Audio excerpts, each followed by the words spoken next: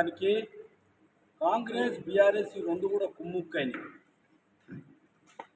ఏ రకంగా అయితే బీఆర్ఎస్ వాళ్ళు చేసినటువంటి అవినీతిని గవర్నర్ గారు వాళ్ళపైన ఎంక్వైరీ చేయొచ్చు అని చెప్పని రాష్ట్ర ప్రభుత్వం పంపించినటువంటి అర్జీని క్లియర్ చేసిన ఎందుకు ఈ రాష్ట్ర ప్రభుత్వం వాళ్ళపైన కేసు పెట్టడం లేదు?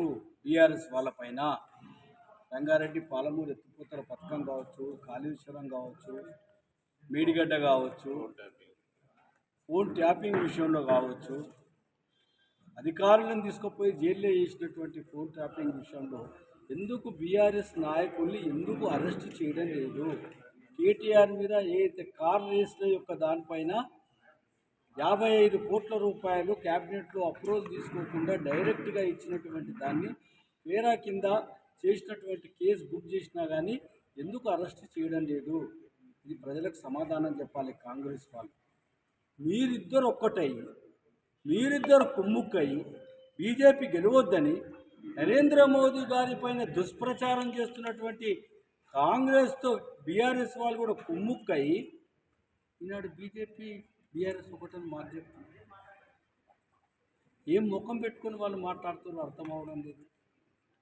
భారతీయ జనతా పార్టీ ఈ గ్రాడ్యుయేట్ కాన్స్టిట్యున్సీ పట్టభద్రుల నియోజకవర్గం కానీ, అధ్యాపకుల నియోజకవర్గం కానీ తప్పనిసరిగా 2 సీట్లు కూడా మేము గెలవడం ఖాయం ఇక్కడ.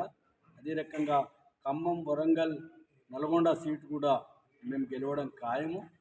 కాంగ్రెస్ పార్టీ ఇచ్చినటువంటి వాగ్దానం నెరవేర్చకుండా, నిరుద్యోగులైనటువంటి యువకులకు నిరుద్యోగ భృతి ఇవ్వకుండా, మహిళలకు 2500 రూపాయలు పెన్షన్ ఇస్తామని పెన్షన్ ఇవ్వకుండా, చదువుకునేటటువంటి అమ్మాయిలకు ఎలక్ట్రికల్ స్కూటీ ఇస్తానని స్కూటీ ఇవ్వకుండా, పెళ్ళైనటువంటి ప్రతి ఇంట్లో తులం బంగారం ఇస్తానని ఇవ్వకుండా, రైతులకు రుణమాఫీ 2 లక్షలు చేస్తానని రుణమాఫీ చేయకుండా, రైతుకు రైతు బంధు 15,000 రూపాయలు ఇస్తానని చెప్పని ఇవ్వకుండా, కౌలు రైతులకు ఏదైతే రైతు బంధు ఇస్తానని చెప్పని ఇవ్వకుండా, రైతు కూలీలకు 12,000 రూపాయలు ఇస్తానని ఇవ్వకుండా, నిమ్మకు నీరెత్తినట్టు ఉండి రాష్ట్రంలో ఉండకుండా దేశాలు విదేశాలలో పర్యటన చేస్తున్నటువంటి ముఖ్యమంత్రి ఏం ముఖం పెట్టుకొని ఈనాడు ఓట్లు అడుగుతారు? ప్రజలందరూ కూడా గ్రామాలలో చీదరించుకుంటున్నారు, తిరస్కరిస్తున్నారు వాళ్ళని.